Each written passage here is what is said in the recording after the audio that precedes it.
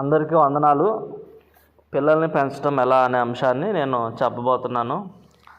పిల్లల్ని పెంచడము చాలా కష్టమని ఏ తల్లిదండ్రులను అడిగినా చెబుతారు. కొంతమంది తల్లిదండ్రులు అయితే వారి బిడ్డలు ఇప్పటికే చేయి దాటిపోయారని, వారి అవిధేయత, తిరుగుబాటు చూసి ఏమి చేయాలో తెలియని ఆందోళనలో ఉన్నారు. ఇంకా కొంతమంది అయితే పిల్లల్ని పెంచే విషయంలో వారు సంపూర్ణంగా విఫలమయ్యారని చేతులెత్తేసి వాపోతున్నారు.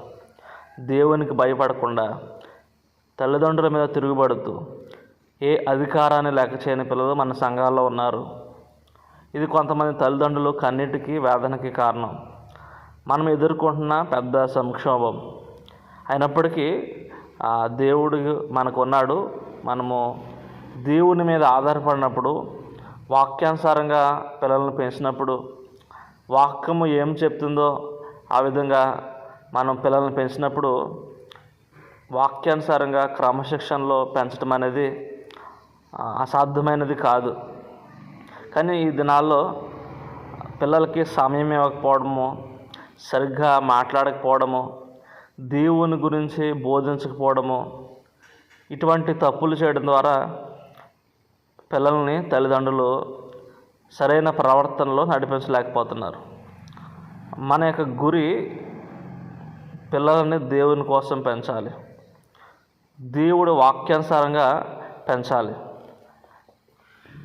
కాబట్టి మనము జ్ఞాపకం చేసుకోవాల్సిన విషయం ఏంటంటే, మనము పిల్లల్ని దేవుని కోసం పెంచాలి, దేవుని యొక్క అడుగుజాడల్లో పెంచాలి. మన సంఘాల్లో సమూయేలు లాంటి బిడ్డలు మన సంఘాల్లో ఉండాలి. దానియేలు లాంటి ప్రార్థించే బిడ్డలు మన సంఘాల్లో ఉండాలి. కానీ తల్లిదండ్రులు చాలాసార్లు పిల్లల విషయంలో సరైన అవగాహన లేక ఏ విధంగా పెంచాలో, ఏ విధంగా వారిని నడిపించాలో అర్థం కాలేని పరిస్థితిలో ఉన్నారు.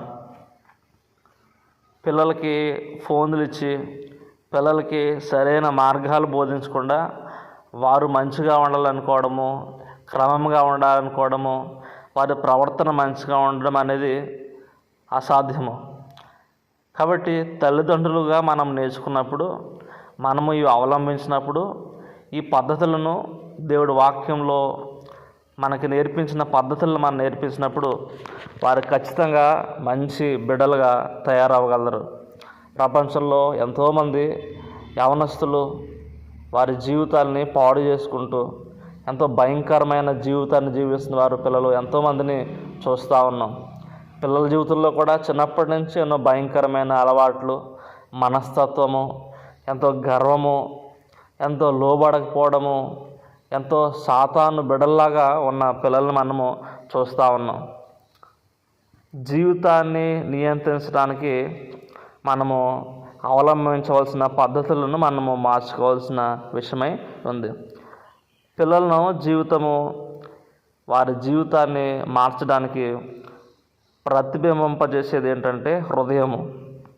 చాలాసార్లు మనం ఏం చేస్తామంటే వారి యొక్క ప్రవర్తన చూస్తాము, కానీ వాళ్ళ హృదయాన్ని మనము చూడలేకపోతున్నాం. దేవుని వాక్యము సెలవిస్తుంది. సామెతల గ్రంథము 4:23 నీ హృదయంలో నుండి జీవదారులు బయలుదేరును, కాబట్టి అన్నిటికంటే ముఖ్యముగా నీ హృదయమును భద్రముగా కాపాడుకొనుము. ఇక్కడ వాక్యం సెలవిస్తుంది, మన హృదయంలో నుంచే జీవధారలు బయటికి వస్తూ ఉన్నాయి. మన హృదయము ఒక బావి లాంటిది. దాని నుంచే అన్ని లక్షణాలు, మన ప్రవర్తన బయటికి వస్తుంది. కాబట్టి మనం ప్రవర్తనను నిర్ణయించడం కాదు, ప్రవర్తనను మనం మార్చడం కాదు, మనము హృదయాన్ని మార్చేవారంగా ఉండాలి. హృదయమే ప్రవర్తనను నిర్ణయిస్తుంది.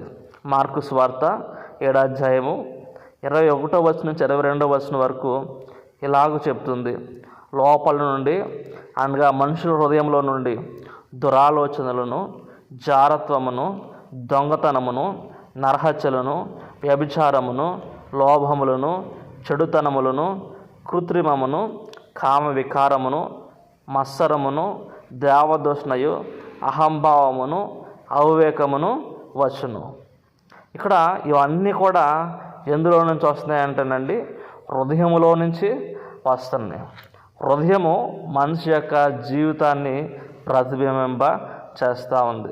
లోకాసు వార్త 6:45 సజ్జనుడు తన హృదయం నుండి మంచి దాన్నిధిలో నుండి సద్విషయములు బయటకు తెచ్చును, దుర్జనుడు చెడ్డ దాన్నిధిలో నుండి దుర్విషయములను బయటకు తెచ్చును. హృదయము నుండి ఉన్న దానిని బట్టి నోరు మాట్లాడును. ఇక్కడ వాక్యము ఈ సందర్భంలో కూడా హృదయం నుండి దాన్ని బట్టి నోరు మాట్లాడును. హృదయం అనేది ప్రాథమికమైన విషయం. హృదయమే జీవితాన్ని నిర్ణయిస్తూ ఉంది. పిల్లలు చూపే ప్రవర్తన తల్లిదండ్రులు తరచూ పక్కదారి పడుతున్నారు.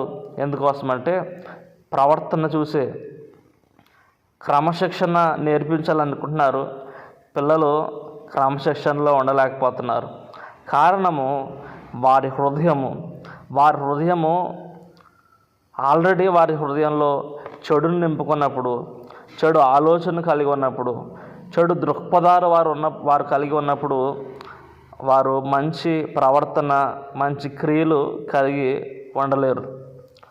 యేసుప్రభువు వారు పరిసయ్యులను మాటికి వారిని గద్దించారు. వారిని అక్కడ పరిసయ్యులు అనుసరించిన వైఖరి భక్తిగానే వారు జీవించినట్టు కనపడినప్పటికీ వారి హృదయము ఏమాత్రం కూడా సరైనదిగా లేదు. మత్తయి సువార్త 15 ఉంది, వారి లోపల శుభ్రమైన వ్యక్తులుగా లేరు. లోపల పైకి భక్తిగా ఉన్నారు, కానీ వారి లోపల వారి హృదయము మురికిగా అజితేంద్రియముతో దోపుతోటు నింపబడిందని వాక్యము సెలవిస్తూ ఉంది. కాబట్టి పిల్లలు మారాలంటే, మనము మారాలన్నా ముందు మారవలసింది మన యొక్క భక్తి కాదు, పైన చూపించే భక్తి కాదు, మన క్రియలు కాదు, ప్రవక్తన కాదు. వీటన్నిటికంటే ప్రాముఖ్యము మన హృదయము మారాలి. హృదయము మారినప్పుడే ఇవన్నీ అవసరమే, కానీ హృదయం మారినప్పుడు మాత్రమే మన జీవితాలు మారుతాయి, పిల్లలు మారుతారు. మన పిల్లల్లో ఉన్న లోపం ఏంటంటే వాళ్ళ హృదయము మారలేదు. వారి హృదయము లోకంతో నింపబడింది. ద్వితీయోపదేశకాండము 6:6 దేవుడు ఇలాగ మాట్లాడుతున్నారు. నేడు నేను నీకు ఆజ్ఞాపించు ఈ మాటలు నీ హృదయంలో ఉండవలెను. నీవు నీ కుమారులకు వాటిని అభ్యసింపజేసి నీ ఇంట కూర్చున్నప్పుడును, త్రోవన నడిచినప్పుడును, పండుకున్నప్పుడును, లేచినప్పుడును వాటిని గూర్చి మాట్లాడవలెను. సూచనగా వాటిని నీ చేతికి కట్టుకొనవలెను. అవి నీ కన్నుల నడుమ బాస్కం వలె ఉండను. నీ ఇంటి ద్వార బంధముల మీదను, నీ గౌనుల మీదను వాటిని వ్రాయవలెను. వాక్యము ద్వారా మాత్రమే హృదయము మారుతుంది. వాక్యాన్ని గురించి పిల్లలతో చర్చించాలి, వాక్యాన్ని చెప్పాలి. ఏది న్యాయమో ఏది అన్యాయమో మనము చెప్పాలి. యేసు ప్రభు యొక్క ప్రేమను మనము చెప్పినప్పుడు ఖచ్చితంగా వారి హృదయం మారుతుంది. హృదయం మారడం ద్వారా వారి ప్రవర్తన మారుతుంది, వారి క్రియలు మారుతాయి. వారు ప్రేమ కలిగిన వారుగా ఉంటారు, దేవుని యొక్క హృదయాన్ని కలిగిన వారుగా ఉంటారు, దేవుని మహింపరిచే వారుగా ఉంటారు. అటువంటి కృప దేవుడు మన బిడ్డలకి దేవుడు అనుగ్రహించును గాక. ఆమేన్.